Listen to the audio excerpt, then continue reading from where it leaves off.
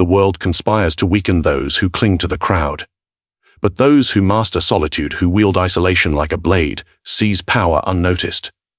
Today, you will learn how to turn loneliness into dominion. Observe closely. Men fear being alone, yet it is alone that clarity and control are born. Isolation strips the frivolous distractions, exposes the weaknesses of allies and enemies alike, and grants the opportunity to act with precision. In solitude, the ambitious mind sharpens itself into an instrument of influence. What you call loneliness, I call strategy. What you call retreat, I call conquest. Have you ever noticed how the masses are drawn to one another, like moths to a flickering flame? They cling to crowds, to chatter, to the illusions of companionship.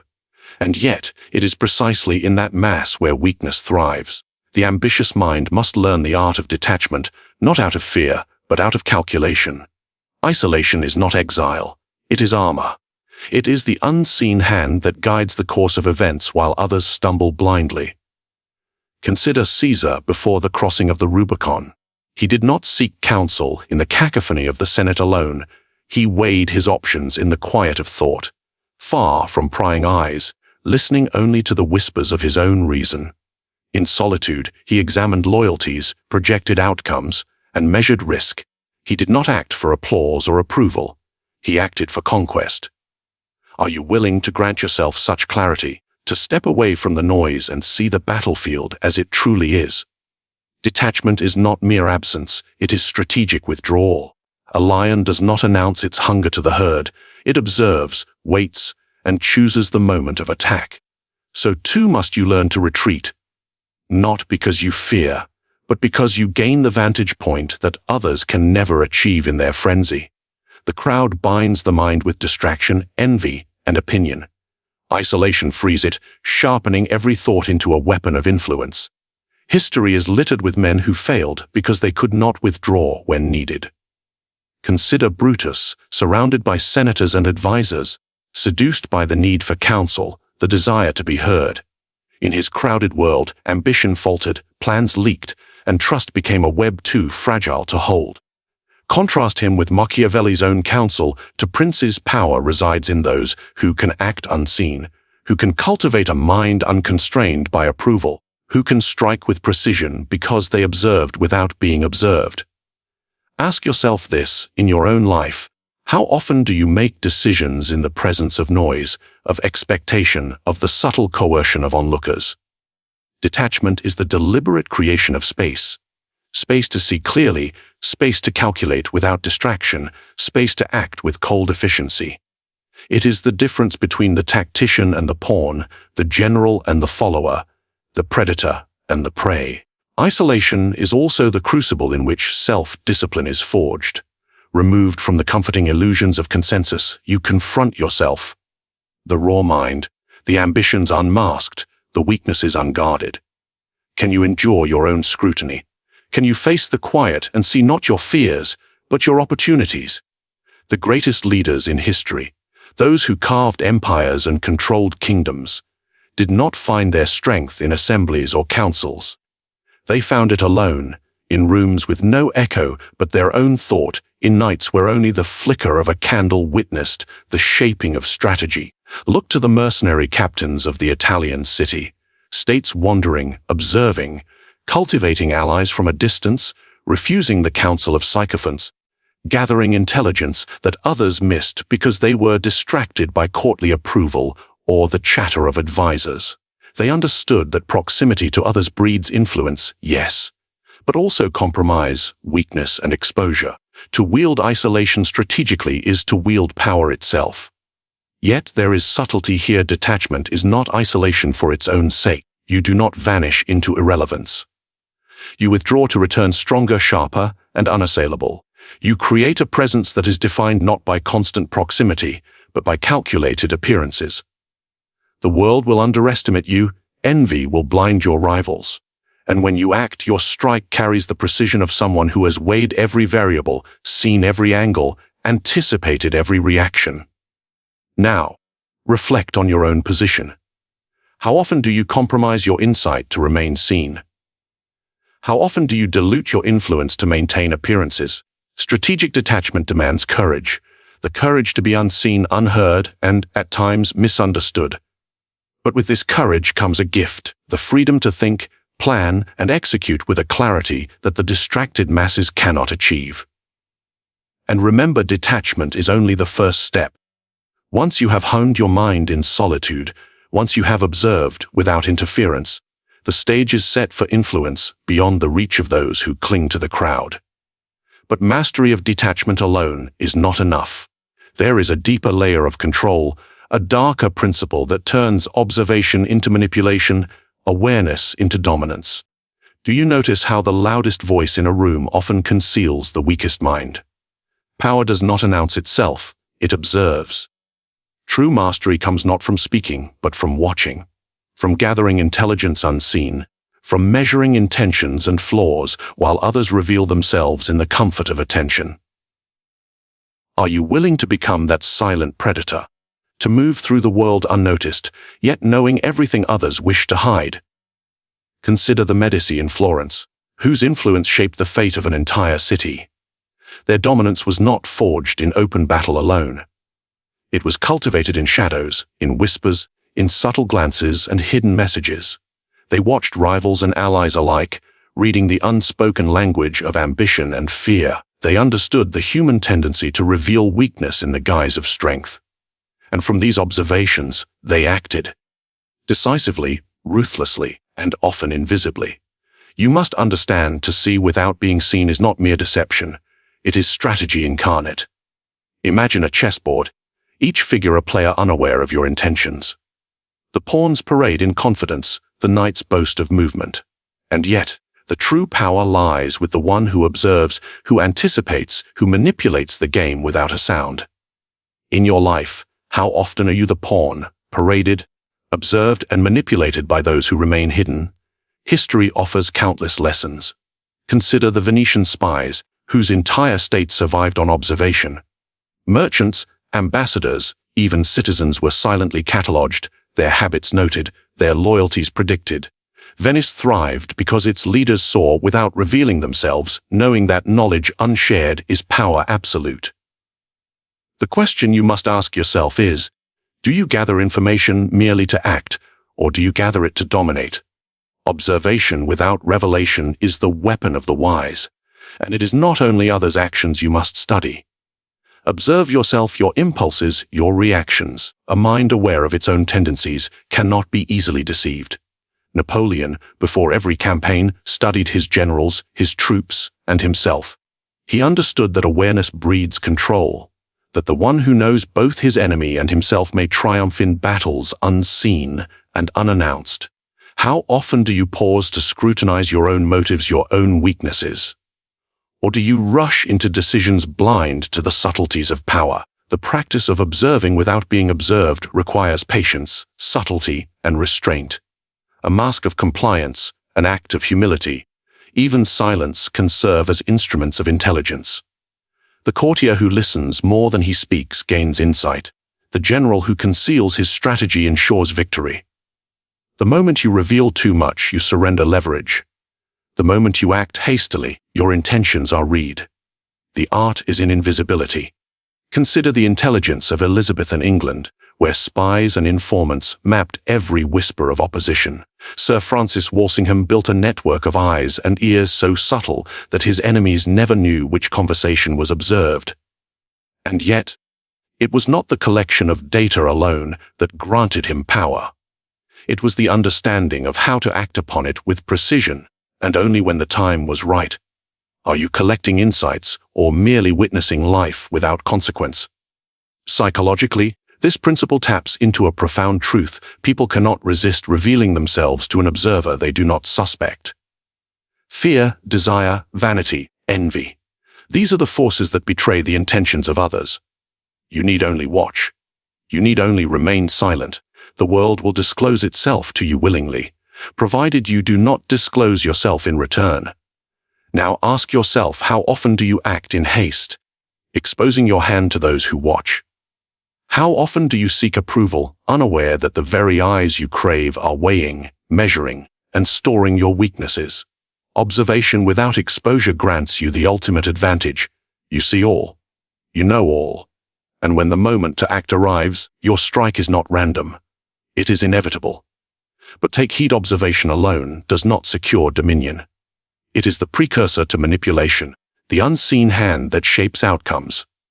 You must learn not merely to witness, but to leverage what you witness, to bend circumstances subtly, to orchestrate events, to convert knowledge into influence. And this, dear viewer, is where we turn next. For understanding without action is a form of impotence, and mastery lies not only in watching the world, but in bending it to your will. Do you believe that men are led by reason alone? That power bows to intellect and strategy without interference from the heart? You are mistaken. Most men are slaves to their passions, puppets of anger, envy, desire, and fear. And it is precisely this slavery that you must exploit, or better yet, overcome. To command effectively, you must first command yourself. To influence others, you must not be influenced by them. Consider Alexander the Great. In battle, he was unrelenting, decisive, fearless. But it was not mere bravery that made him formidable. He tempered rage with calculation, ambition with patience, emotion with strategy. When his generals quarreled, he did not erupt in fury. He observed, weighed loyalties, and acted with precision. Those who could not master their passions were left behind, their ambitions squandered. Ask yourself, do you act in clarity or in reaction? Do you wield your desire, or does desire wield you? Emotions are weapons, but only if you know how to wield them. Rage unchecked reveals weakness, desire untempered compromises plans, fear unacknowledged corrodes the mind. The wise understand that to appear controlled is to control. Consider the Roman senators. Those who could mask fear and resentment behind calm discourse often survived conspiracies, while those who succumbed to impulsive reaction fell swiftly. How often do you betray your intentions through a tremor in your voice, a flash of impatience, a glance of envy? Mastery over emotion begins with observation, not of others, but of yourself. Identify the triggers that erode your judgment. Recognize the impulses that demand immediate action. The untrained mind seeks immediate gratification or retaliation. The trained mind waits, assesses, and acts only when advantage is maximized. Julius Caesar, before the crossing of the Rubicon, restrained the storm of ambition long enough to strike at the precise moment. Your capacity to pause, to measure, to dominate your impulses is your true weapon. Yet there is more. Emotion is not to be eradicated, it is to be harnessed. Anger can be a tool, fear a lever, desire a lure. The difference lies in the wielder. Machiavelli himself wrote that it is safer for a prince to be feared than loved. But safest of all is to be feared while appearing controlled. Do you understand the subtlety? The perception of composure commands obedience. The careful use of emotion commands influence. The failure to master it commands ruin. Look to the cunning of Elizabeth I. Surrounded by plots, betrayals, and alliances that shifted like sand, she maintained a countenance of poise. Her anger, if it appeared, was measured and purposeful. Her favor, though sparing, could change the course of policy. She understood that uncontrolled passion invites subversion. Those who acted on impulse, her adversaries, her courtiers, were consumed by their own emotions, and she capitalized on their predictability. What lesson does this offer you? That the mind disciplined in solitude and strategy can bend the emotional tides of others to its will. And yet, the mastery of emotion is also a form of camouflage. You must act, speak, and project an image of stability even when the storm rages within. Napoleon, in campaigns that spanned continents, concealed exhaustion, doubt, and despair from his troops. They followed not because of his invincibility, but because of the image of mastery he projected. How often do you allow your internal turmoil to betray your plans, to signal weakness where strength must reign? Psychologically, humans respond to consistency and restraint. A leader who succumbs to emotional whims becomes predictable, transparent, and exploitable. Your adversaries will test your patience, provoke your pride, and inflame your fear. And every reaction they elicit is a window into your strategy, a key to your undoing. Can you endure provocation without compromise? Can you transform emotional energy into precise, deliberate action? This mastery is not instinctive, it is cultivated, practiced, honed in solitude and reflection, sharpened like a blade in the quiet hours before the world stirs. And once you wield it, once emotion serves your intellect and not the reverse, you are no longer a mere participant in the machinations of power. You are the arbiter, the unseen force shaping outcomes, bending wills, and orchestrating events with subtle, unassailable dominance. But mastery over emotion, though formidable, is not the final step. Control of the self is necessary, yet the true test lies in controlling the emotions of others, turning fear, envy, desire, and ambition into instruments of your will. And it is this art we approach next, the weaponization of absence and influence, the silent shaping of perception and behavior without a word. Have you ever noticed how desire grows in the presence of scarcity? How attention sharpens when the familiar is withdrawn? The world misunderstands absence as weakness, as retreat, as failure. Yet in the hands of the shrewd, absence is a weapon. It is a tool of influence more powerful than force, more persuasive than speech, and more enduring than loyalty bought with words. Do you understand the potency of vanishing at the right moment, of letting others chase illusions while you move unseen? Consider the Medici once again, masters not only of wealth but of perception. They appeared selectively, favoring some, ignoring others. Their presence was calculated, their absence strategic. Rivals grew anxious, allies obedient, and every gesture, every disappearance, became a tool of manipulation. Absence, when wielded with intent, instills fear, curiosity, and a subtle dependence. It transforms ordinary men into instruments of your influence without them even realizing it. Think of Elizabeth I of England, whose court hung on the unpredictability of her presence. Courtiers never knew whether they would be granted audience, favor, or scorn. That unpredictability, her absence made deliberate, elevated her power, made her influence invisible yet absolute. Those who sought to gain her approval or evade her displeasure became malleable, driven by speculation, desire, and fear of loss. Could you do the same? Could your disappearance bend others' behavior without a word? Absence is not mere retreat. It is the creation of value through unavailability. Observe the natural world. Gold mined in excess becomes cheap, water freely flowing is disregarded. But scarcity breeds reverence, attention, and desire. Similarly, your strategic withdrawal transforms your presence into a commodity. People measure their lives, their alliances, and their loyalty by your absence. And when you return, even subtly, you wield influence like a blade, cutting through resistance effortlessly. Napoleon understood this instinctively. When absent from the battlefield or the public eye, his generals and enemies alike speculated endlessly. His absence generated anxiety, curiosity, and sometimes rash action. Those who miscalculated in his absence provided him with advantage. Those who assumed his weakness fell victim to his return. Absence, when executed with awareness, bends the actions of others to your will before you ever lift a hand. Yet, mastery of absence demands discipline. Many falter by vanishing without purpose, by seeking isolation for comfort rather than strategy. A retreat without intent is surrender, an absence without plan invites irrelevance. The difference lies in timing, in psychological precision. You must learn when your withdrawal creates leverage, and when it diminishes your influence. A moment too early, and your presence is missed. A moment too late, and your absence is unnoticed. Strategic absence is a calculus, a measure of control over perception and consequence. Consider the court of Versailles, where the slightest hint of absence from the king or queen could spark intrigue, anxiety, and maneuvering among courtiers. Those who understood the rhythms of presence and absence manipulated favor and influence with subtlety that arms could not achieve. You must internalize this principle. Power is often less in action and more in the manipulation of expectation. People fear what they cannot predict. They desire what they cannot always grasp. Your absence becomes both mirror and lever of their ambitions.